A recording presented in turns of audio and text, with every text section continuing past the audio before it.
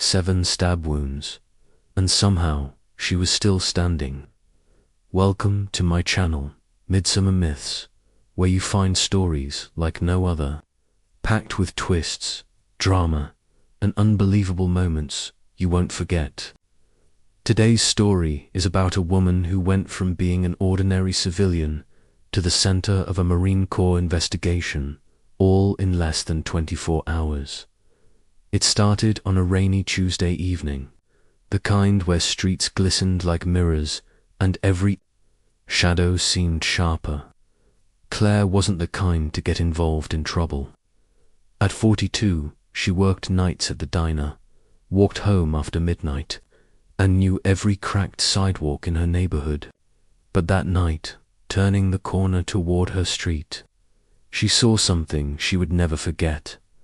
A young man in army fatigues collapsed against a brick wall, one hand clutching his chest, the other smeared with blood. "Help, please," he rasped, his voice barely cutting through the rain.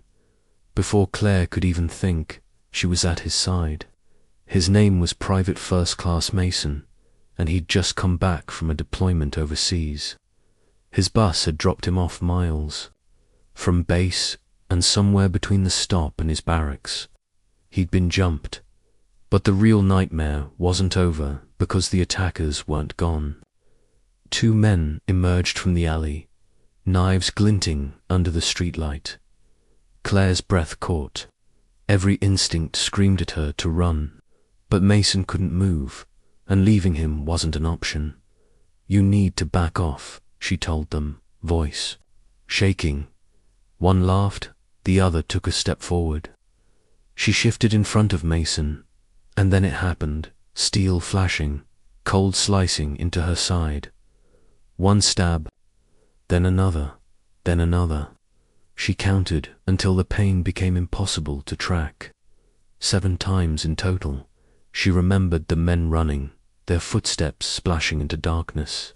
She remembered Mason's trembling hands pressing against her wounds, telling her to stay awake. Then there was nothing but sirens and blinding ambulance lights. When she woke in the hospital, bandages wrapped tight around her torso, the doctors told her she was lucky to be alive.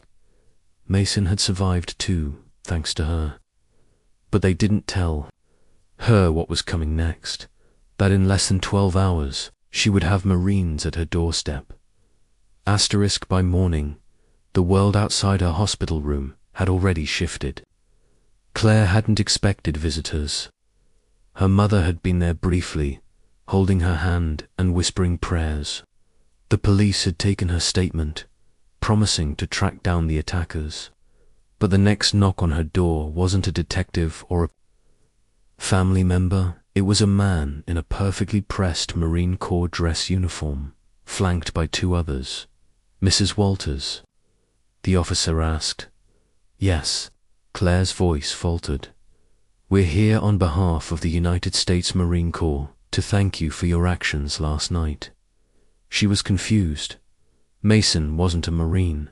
He was Army. The officer explained. Mason had been traveling with classified correspondence from an interbranch exercise, documents that couldn't fall into the wrong hands. The men who attacked him hadn't just been random criminals. They were suspected of having ties to a domestic extremist group under investigation. Her intervention hadn't just saved Mason's life, it had possibly prevented a breach of national security. But that wasn't why they were here. The officer continued. "Word travels fast in our ranks. The cause takes care of those who protect our own." Claire's head spun. She didn't feel like a hero. She felt like someone who had been in the wrong place at the wrong time and paid for it with 7 deep scars. But when the Marines stepped aside and let Mason into the room, wearing clean clothes and carrying a bouquet of white lilies, the weight of what she'd done hit her. He stood at the foot of her bed, his voice tight. "I don't know how to repay you, but I'll try for the rest of my life." What she didn't know then was that repayment was going to come in a form she could never have imagined, and it would start with a convoy of military vehicles outside her small apartment less than 2 weeks later. The rumble of diesel engines outside her building was the first sign something unusual was happening. It was 2 weeks after the attack when Claire's quiet apartment complex suddenly came alive with noise. She had just set down a cup of tea when she heard it. The low, heavy growl of military Humvees pulling into the lot. Curtains twitched in every window as neighbors peeked out. Whispering, Claire stepped onto her balcony, careful of her healing wounds, and froze. Parked in front of her building were 3 military vehicles, one draped with an enormous American flag.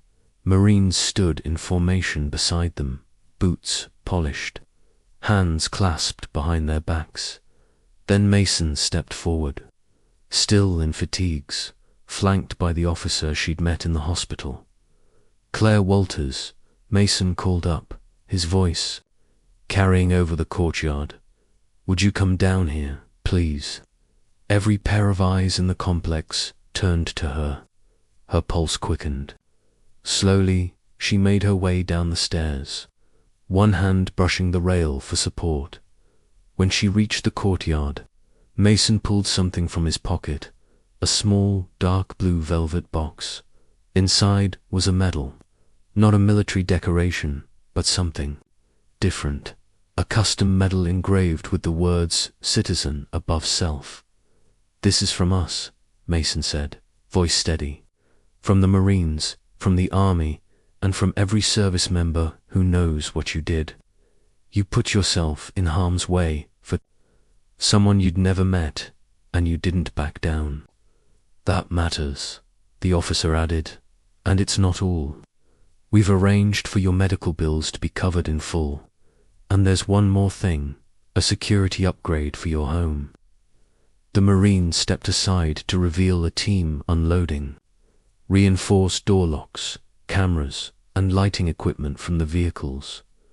Claire felt her eyes sting. She tried to speak, but the lump in her throat made it impossible. By nightfall, her apartment was more secure than a bank vault, and for the first time since the attack, she slept without fear. What she didn't know was that the people who had stabbed her were still out there, and they weren't done yet. The knock on her door came just after midnight, the same time the attack had happened 2 weeks before. Claire's heart skipped a beat. The security cameras the Marines had installed fed directly to her phone, and before she even approached the door, she pulled it up. The grainy night vision showed 2 men in hoodies standing outside, one glancing nervously over his shoulder. It was them. The same men from that rainy night. She could have called 911, but her finger hovered over another.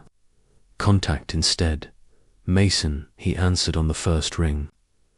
"Claire, they're here," she whispered. "Stay inside. Lock everything. We're coming." The minutes that followed were agonizing.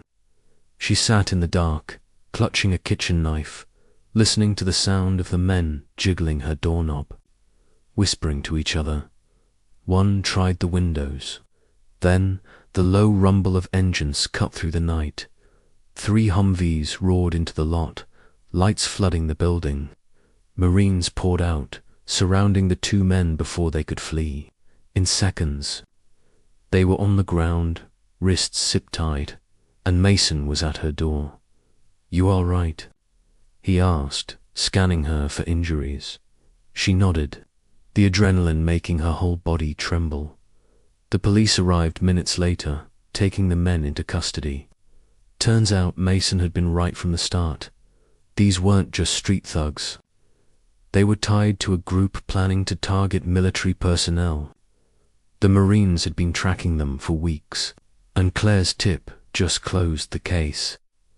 But the most shocking part wasn't that the men were caught. It was what the Marines told her afterward. "Claire," the officer said, "you've become part of our story now, and we take care of our own." The next morning, she learned exactly what that meant. Asterisk, she thought. The medal and the security system were the end of it. She had no idea the Marines were about to change her life again. The following day, Claire was invited to a small ceremony at the local Marine Corps base. She assumed it was just to shake hands, maybe get a framed certificate. But when she arrived, she saw something that left her speechless. In the middle of the parade ground sat a brand new Jeep, painted deep navy blue, the Marine Corps emblem on the side. A small plaque on the dashboard read, "Presented to Claire, Walters for extraordinary courage and selflessness in defense of a U.S. service member." Mason stood beside it, smiling. We took a collection. Marines, Army, even some Navy folks chipped in. We wanted to make sure you had a ride that could get you anywhere, anytime, safely. Claire laughed through her tears. "You didn't have to, we did," Mason interrupted. "You're family now." As she drove the Jeep off the base that afternoon, the wind whipping through her hair, she realized something. She'd been stabbed 7 times, nearly lost her life, and faced the same attackers again. But instead of being defined by fear, she was now surrounded by a community stronger than anything she'd ever known. The men who hurt her were facing decades in prison. Mason had made a full recovery and was preparing for his next deployment. And Claire, she had a new sense of purpose. Volunteering twice a week at the local VA hospital, telling veterans that sometimes strangers really will have your back. Because she knew firsthand, courage isn't about not being scared.